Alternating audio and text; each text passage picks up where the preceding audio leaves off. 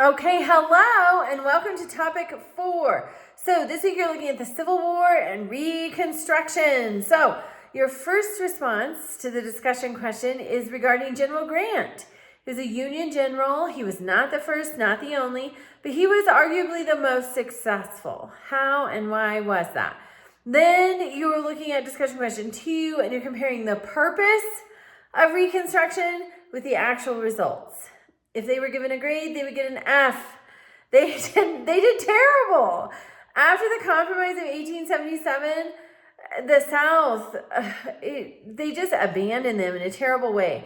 So really, we do not really see the purpose of Reconstruction coming to fruition until in 1945, I think, Shelley versus Kramer, Supreme Court case that says that land ownership cannot be denied based on race. And then we see Brown versus Board of Education in the 1950s, where public segregation is ended.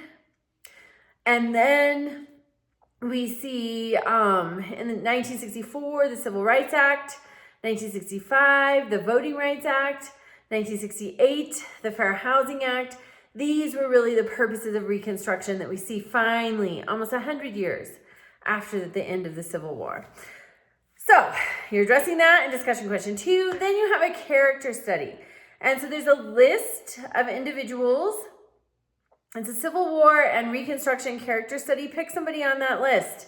If you want to pick somebody else who is not on that list, please reach out to me and get written permission from me first. That's step 1.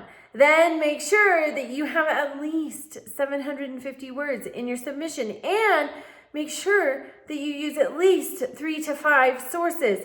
You really have a wealth of information and sources in the required reading every topic. So check that out. And then remember, participation all week long. Have a great week. Reach out with questions.